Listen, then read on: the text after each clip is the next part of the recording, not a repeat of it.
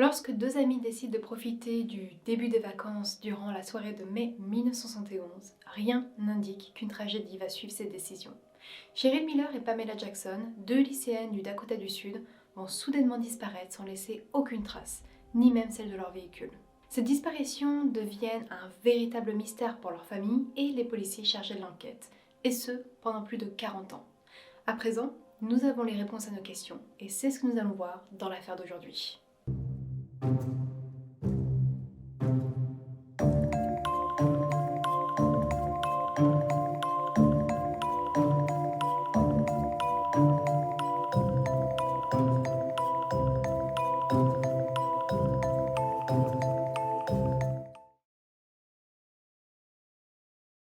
Les événements se déroulent en 1971 dans la petite ville de Vermillion, située dans le Dakota du Sud. Il s'agit d'une petite ville tranquille, composée à cette époque d'environ 5000 habitants, dont une partie travaillant dans le milieu agricole. Le samedi 29 mai 1971, Cheryl Miller, 17 ans, est heureuse de pouvoir souffler pendant les vacances scolaires et souhaite en profiter en sortant avec son amie et camarade Pamela Jackson, surnommée Pam par les gens. Cheryl est décrite comme une belle adolescente, blonde, grande, avec de beaux yeux bleus, souriante. Elle n'a pas toujours une vie facile, étant l'aînée de sa famille, avec une mère tentant de vaincre des problèmes liés à l'alcool et un père absent. Depuis petite, elle fait souvent des allers-retours chez ses grands-parents qui aident à son éducation lorsque sa mère n'y parvient plus. De ce fait, elle est très proche de sa grand-mère qui est malheureusement malade et à l'hôpital, mais aussi de son grand-père auprès de qui elle vit durant cette période. Malgré cette enfance pas toujours évidente, Cheryl ne veut pas laisser le négatif l'atteindre et elle a pour but de vivre chaque jour pleinement, tout en servant de référence à sa petite sœur de 9 ans plus jeune. Quant à Pamela, elle est décrite comme plus extravertie que son amie, montrant beaucoup de confiance en elle. Elle vit dans une ferme auprès de ses deux parents dont elle est proche, malgré leur vision plus conservatrice que celle des parents de ses amis. Il est maintenant 18h30 et Cheryl annonce qu'elle prend la voiture pour aller récupérer Pamela qui habite à la sortie de la ville et puis elles vont aller faire du patin à roulettes toute la soirée. La nuit passe et la mère de Pamela se réveille soudainement vers 4h du matin. En descendant, elle constate que la lumière du porche est toujours allumée. Elle est surprise car leur fille et eux ont mis un système en place. Ils enclenchent la lumière et Pamela l'éteint quand elle rentre, indiquant en même temps qu'elle est bien rentrée. Or, la lumière est toujours active et il est 4h du matin. La mère de famille se rend dans la chambre de sa fille et elle constate qu'il n'y a personne. Ne voulant pas imaginer pire, elle se rassure en se disant que Pamela a dû passer la nuit chez Cheryl. À 7h du matin, le grand-père de Cheryl constate à son tour que sa petite fille n'est pas rentrée et en communiquant avec la famille de Pamela qu'elle n'est pas là-bas. Son premier réflexe est de penser que les filles ont eu un problème avec la voiture et qu'elles sont coincées quelque part sur le bord de la route. Il fait le chemin, parcourt les rues de Vermillion, mais il n'y a aucune trace des adolescentes. À 15h, les deux familles se rendent au poste de police afin de déclarer leur disparition. Mais alors à cette époque, mineur ou non, il était demandé d'attendre 48 heures avant de lancer un avis de disparition, laissant ainsi les familles dans l'attente et dans la peur. 2 jours se sont écoulés et personne n'a eu de nouvelles de jeunes filles et enfin un avis de disparition est émis et des recherches se mettent en place du côté des autorités.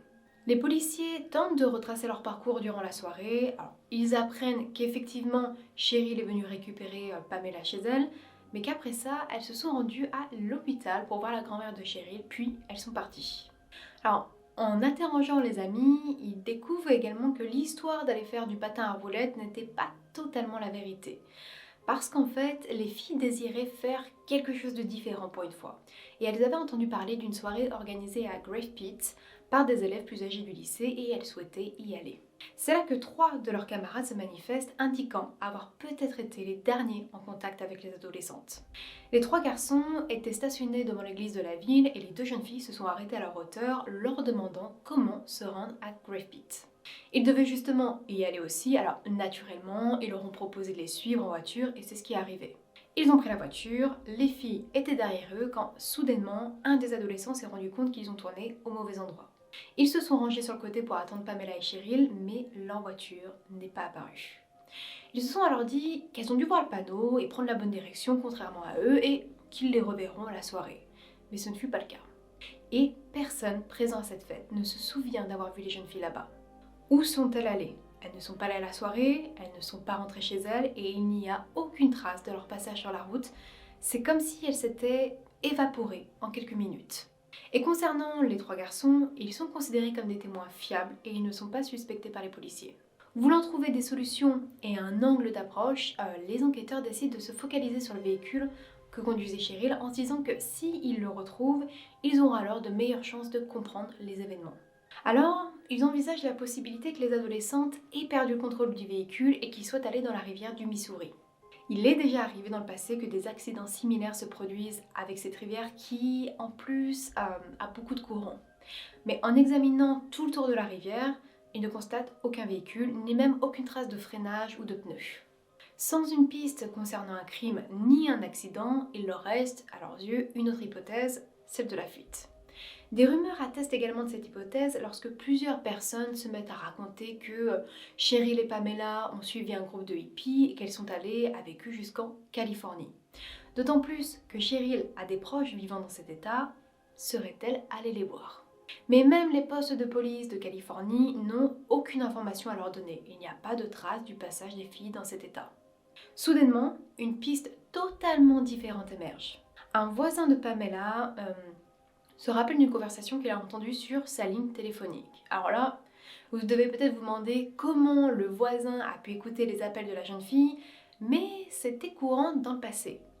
Ils avaient, avec plusieurs des voisins, une ligne téléphonique qu'ils partageaient. C'était assez courant durant ces années et encore plus dans les zones plus reculées où on devait payer beaucoup plus cher pour avoir sa propre ligne téléphonique. De ce fait, on pouvait décrocher le téléphone et entendre les conversations d'autres personnes. C'est justement ce qui s'est passé lorsque cet homme a pris son combiné. Il a entendu une fille nommée Pam parler à un garçon du nom de David qui lui déclarait qu'il voulait prendre des photos d'elle. Il avait oublié cette conversation jusqu'à entendre le nom de Pamela aux informations et il s'est dit que cet élément pourrait aider la police.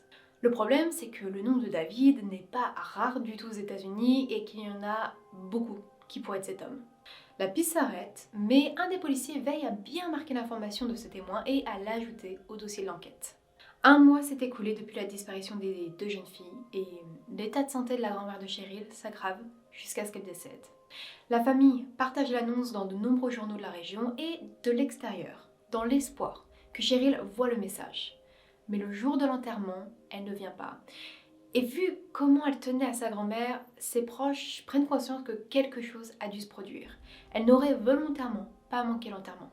Pourtant, les policiers restent focalisés sur la piste qui leur semble la plus probable, celle de la fuite, et ce même si aucun des comptes bancaires des jeunes filles n'a montré le moindre mouvement. 12 ans plus tard, en 1993, le shérif de la région demande à l'inspecteur Ray Hoffman de se replonger dans le dossier et d'essayer de trouver de nouveaux éléments. L'enquête est compliquée car il est dur d'avoir de nouvelles pistes, mais Ray décide de se focaliser sur la voiture et sa possible chute dans l'eau. Alors il se munit d'un géoradar et il l'utilise dans toute la zone autour de la rivière, sans aucun succès. L'affaire est à nouveau mise de côté et ce jusqu'en 2004. Lorsqu'une unité chargée des cold cases est créée dans le Dakota du Sud. Le premier dossier sur lequel l'équipe se plonge est celui concernant Cheryl et Pamela. Mais durant tout ce temps, il n'y a pas eu de nouveaux éléments sur lesquels travailler, alors ils décident de se focaliser sur la piste évoquée plus tôt, celle du fameux David, qui a appelé Pamela quelques mois avant sa disparition. Et en explorant les fichiers, ils identifient un homme qui pourrait être celui qu'ils recherchent. David Lincoln, qui vivait proche de la ferme de Pamela et qui avait environ le même âge qu'elle à l'époque. Surtout, ce qui frappe les inspecteurs, c'est d'apprendre qu'il a depuis été arrêté pour kidnapping et viol en 1990 et qu'il effectue une peine de 225 ans de prison. En travaillant sur cette piste, ils obtiennent un nouveau témoignage d'une ancienne voisine de David. Elle raconte que peu de temps après la disparition des adolescentes, elle se souvient avoir vu une voiture du même modèle que celle que les filles conduisaient sur le terrain de David. À l'intérieur, elle pense avoir vu 2 filles. Une affaissée au niveau du volant et la deuxième allongée à l'arrière sur la banquette. Ce témoin donne des détails précis et vu le passé criminel de David, cette déclaration est prise au sérieux. La police obtient un mandat de perquisition et elle fouille la ferme de la famille de David à la recherche d'éléments. Les policiers découvrent certaines choses comme un ancien enjoliveur, des affaires, des bijoux de femmes, mais rien qui n'appartient aux adolescentes. encore une fois, ils n'ont rien sur lequel travailler. 2 ans s'écoulent quand un détenu partageant la cellule de David les interpelle. Celui-ci déclare que l'homme lui a parlé de la disparition des 2 filles et qu'il est le responsable. Il leur faut des aveux sur lesquels travailler, alors les policiers demandent aux prisonniers de porter un micro et d'obtenir ces aveux. Le détenu accepte et il revient vers eux un peu plus tard avec des aveux enregistrés. C'est un soulagement, il y a enfin un élément concret permettant de poursuivre David pour kidnapping et meurtre. L'accusé nie tout lien avec l'affaire et nie avoir avoué quoi que ce soit. La date du procès doit se tenir en mars 2008, mais quelques mois avant, un nouveau retournement de situation s'opère. La police réalise que les enregistrements des aveux sont faux. Ce n'est pas David qui les a faits. En fait, leur indicateur a demandé à un autre détenu de faire la confession enregistrée. C'est un coup dur pour l'accusation qui se retrouve avec un dossier qui ne tient pas et qui voit alors le procès être annulé, anéantissant les espoirs des familles des jeunes filles. Et les années s'écoulent, 5 ans depuis la tentative de procès. Durant le mois de septembre 2013, le père de Pamela, qui a toujours gardé l'espoir de revoir sa fille, perd la vie à plus de 100 ans. Le 23 septembre, tout le monde est réuni pour lui faire leurs adieux lorsque quelque chose d'inattendu se produit. En parallèle à la cérémonie, un pêcheur du coin se rend à Brooke Creek, pas loin de Grave Pit, où les filles ont été aperçues un dernier, quand il aperçoit des pneus dans l'eau. En regardant de plus près, il comprend qu'il y a une voiture en dessous et il prévient les autorités. Une équipe se rend sur place et ils arrivent à identifier le numéro de la plaque d'immatriculation. Elle correspond au véhicule que conduisait Cheryl. La voiture est sortie de l'eau et une équipe commence à examiner le véhicule. Des ossements sont retrouvés et une comparaison ADN permet d'affirmer qu'il s'agit de Cheryl et de Pamela. Il reste toujours la question de savoir ce qu'il est arrivé et c'est avec l'expertise de la voiture qu'on comprend. Les 2 filles avaient toujours leurs vêtements sur elles, chacune installée au niveau conducteur et au niveau passager. Une vitesse était enclenchée et les phares activés, ce qui laisse penser que le véhicule était en marche lors de la chute. Rien n'indique une intervention extérieure, mais que les filles ont eu un accident de la route, perdant probablement le contrôle du véhicule en se rendant la soirée et finissant dans l'eau. Autre détail, la montre de Cheryl indiquait 22h20, possiblement le moment où ça s'est produit. Alors pourquoi a-t-on mis 42 ans à découvrir le véhicule? Déjà parce que cette petite étendue d'eau n'avait pas forcément été considérée à l'époque. Ils suspectaient plutôt un accident au niveau de la rivière du Missouri. Autre fait, l'eau était plus haute dans le passé, ne permettant pas de le voir. Et avec le temps et les années, le niveau de l'eau a baissé, ce qui a permis aux pêcheurs de remarquer le véhicule. C'est donc après 42 ans que les proches des filles ont enfin eu des réponses aux questions qui les tourmentaient tout ce temps. Malheureusement, beaucoup ont perdu la vie sans connaître le fin mot de l'histoire et en envisageant tous les scénarios possibles. Mais pour ceux encore présents, c'est un soulagement d'apprendre que les filles ont vécu certes un terrible accident de la route, mais qu'au moins elles n'ont pas été les victimes d'un prédateur, d'une personne les ayant fait souffrir. Il s'agit d'un mystère ayant impacté la vie de 2 familles pendant plus de 4 décennies, mais qui se termine avec la possibilité d'offrir une sépulture pour ces 2 adolescentes qui souhaitaient seulement profiter d'une soirée différente de leur habitude. Autre élément sur lequel je voulais revenir au sujet de cette affaire, on peut voir que malheureusement, même le témoin qui semble le plus fiable n'est pas toujours digne de confiance. On ne sait pas pourquoi il y a eu ce témoignage contre David. Peut-être est-ce en lien avec une autre affaire, ou peut-être que cette personne avait pour but d'aider l'enquête en appuyant leur hypothèse avec ce récit. Quoi qu'il en soit, c'est un soulagement général de savoir la vérité sur ce qui est arrivé aux filles et d'avoir pu, grâce aux analyses des corps et du véhicule, confirmer qu'il n'y a rien eu de criminel dans leur disparition. Cette affaire me fait penser à celle ayant fait du bruit il y a quelques années au sujet de la disparition de William Moult, 40 ans, en Floride. William avait mystérieusement disparu en 1997 alors qu'il était sorti en boîte de nuit pendant la soirée et qu'il n'était jamais rentré chez lui. Une enquête avait été ouverte, mais rien n'avait permis de le retrouver et cette affaire était devenue un cold case. Ce n'est qu'en 2019 qu'une énorme découverte est faite. Cela s'est fait lorsqu'un ancien résident d'un quartier de la Floride regardait son logement grâce à Google Earth.